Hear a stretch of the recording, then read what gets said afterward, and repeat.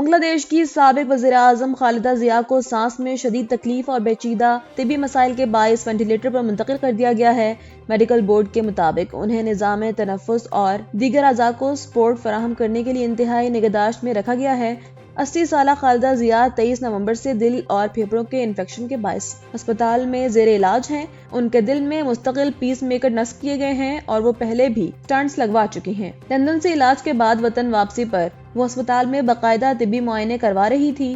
ان کے اہل خانہ ڈاکٹرز کے مسلسل رابطے میں ہیں۔ وزیر اعظم شہباز شریف نے عالمی امن فورم اشخاباد میں خطاب کرتے ہوئے کہا کہ دہشت گردی کا نیا خطرہ ایک بار پھر افغان سرزمین سے سر اٹھا رہا ہے۔ عالمی برادری افغان حکومت پر اپنی ذمہ داریاں ادا کرنے کے لیے دباؤ ڈالے۔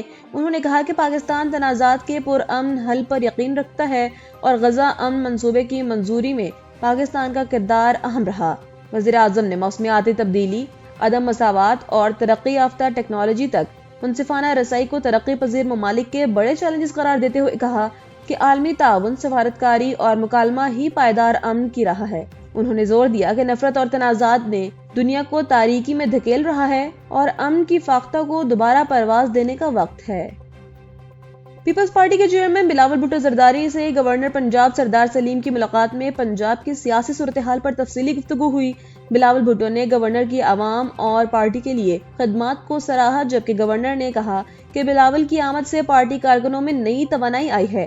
ملاقات میں بلاول بھٹو نے واضح کیا کہ ملکی سالمیت کے خلاف سرگرمیوں کو برداشت نہیں کیا جائے گا اور پیپلز پارٹی جمہوری خدمت کے اصولوں پر قائم ہے۔ انہوں نے کہا کہ وہ خود پنجاب کے گلی محلوں میں جا کر عوامی مسائل حل کرنے کی کوششیں کریں گے۔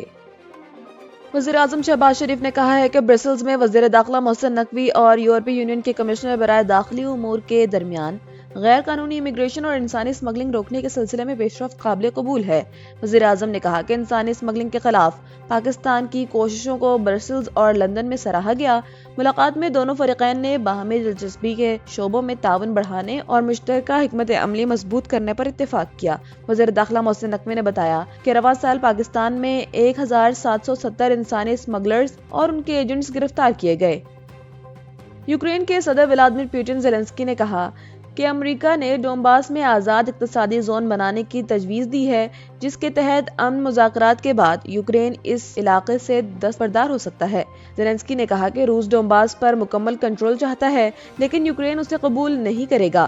دوسری جانب نیٹو نے سیکریٹری جنرل نے دفاعی اخراجات اور پیداوار بڑھانے پر زور دیتے ہوئے خبردار کیا کہ روس کا اگلا ہدف نیٹو اتحادی ممالک ہو سکتے ہیں، اس کے لیے تیاری ضروری ہے۔ امریکی صدر ڈونلڈ ٹرمپ نے بھی کہا کہ یوکرین روس تنازع جنگ بندی کے روشن امکانات کی صورت میں مذاکرات تک پہنچ سکتا ہے اور ایسے تنازعات تیسری عالمی جنگ تک پہنچ سکتے ہیں۔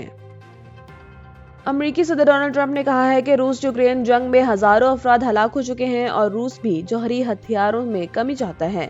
وائٹ ہاؤس میں میڈیا سے گفتگو میں انہوں نے کہا کہ جنگ بندی کے اچھے امکانات کی صورت میں امریکہ یورپ میں مذاکرات میں نمائندے بھیج سکتا ہے۔